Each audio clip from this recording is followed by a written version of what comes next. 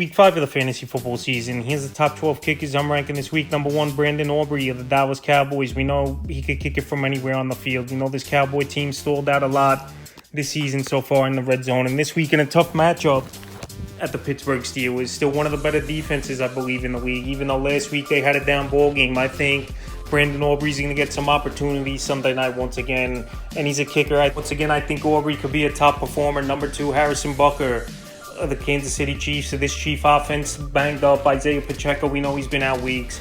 Also, now Rashee Rice, he's out with the knee injury. Wood Brown, he's been out the whole season. So Harrison Butker, he's had a lot of opportunities. He's seen one of the more clutch and accurate kickers of all time is Harrison Butker. And this week in a matchup versus the New Orleans Saints, where they've been a pretty solid defense for the most part this season, I think a few field goal opportunities will be there. And if the Chiefs could win this one with all those plays I mentioned out, it'll be a big victory. And I think they're going to have to rely on Harrison Butker to hit a few big field goals. Number 3, Evan McPherson of the Cincinnati Bengals. So in a division matchup this week with the Baltimore Ravens, I think Evan McPherson once again lines up to have a good ball game.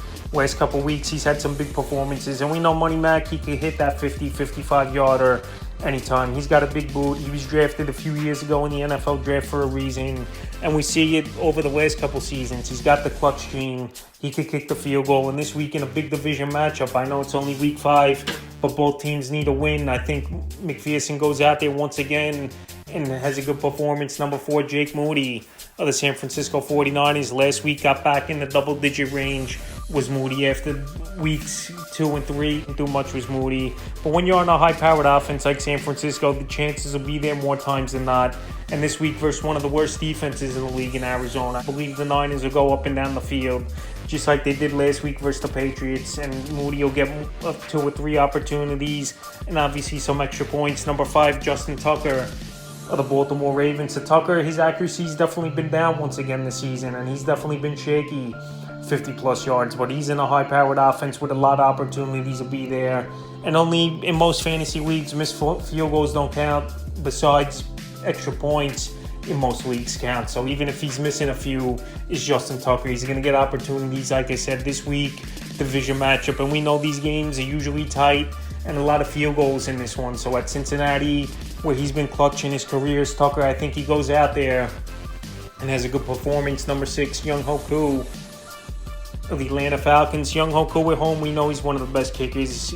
Home way splits are a big difference, no doubt about it. Last week, 20 fantasy points, including a game-winning field goal to win that ball game for the Atlanta Falcons versus the New Orleans Saints. And this week, Thursday Night Football, we know it's usually high scoring. Tampa Bay Bucks coming to town, another division rival. I think Koo's going to get a few opportunities. And this offense is stalled out as well as Atlanta in the first few weeks of the season. Number 7, Kaimi Fairbairn of the Houston Texans. So the last couple weeks, the numbers have been down a little bit for Fairbairn, but we know he's another kicker who's got a big boot. His home games are indoors. This week, another home game versus the Buffalo Bills, where I think both teams can go up and down the field and put a lot of points on the board. And like I said, when you're on a high-powered offense with C.J. Stroud, Stephon Diggs, Nico Collins, Tank Dell, Joe Mixon if he returns, points are going to be put on the board early and often, and Fairbairn's going to get a lot of opportunities. So this week, I know he's a little down in my rankings because he's had a couple weeks with down weeks, but this week definitely could be a bounce back and a big performance. Number 8, Chris Boswell of the Pittsburgh Steelers. Boswell's been one of the better kickers so far in the early going, and he's still out there in about 60% of fantasy leagues, which is very surprising. So this week, a matchup versus the Cowboys, where their defense hasn't been good at all this season, but also this Steeler offense, they've been conservative a lot in the red zone in the first month of the season, and they've been settling for field goals. So this week, I think Boswell, a few opportunities will be there, and he's been a top 8 to 10 kicker, worst case, every week. Number 9, Tyler Bass of the Buffalo Bills. So Tyler Bass, he's definitely had a problem missing some long field goals, but he's in a high-powered offense.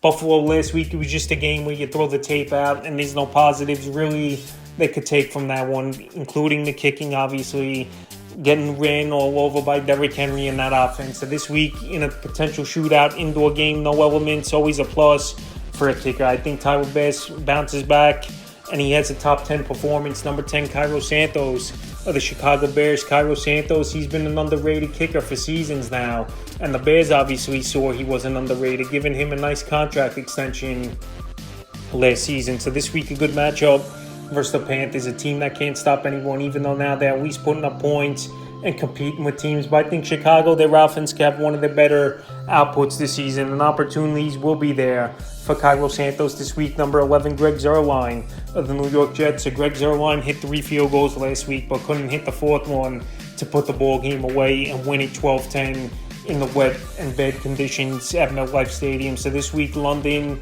versus the Vikings. Vikings defense is good, a bend but don't break unit for the most part this season. Besides last week, Packers came back, put up 29 points in that one. But Greg Zuerlein, we know, has got a good leg.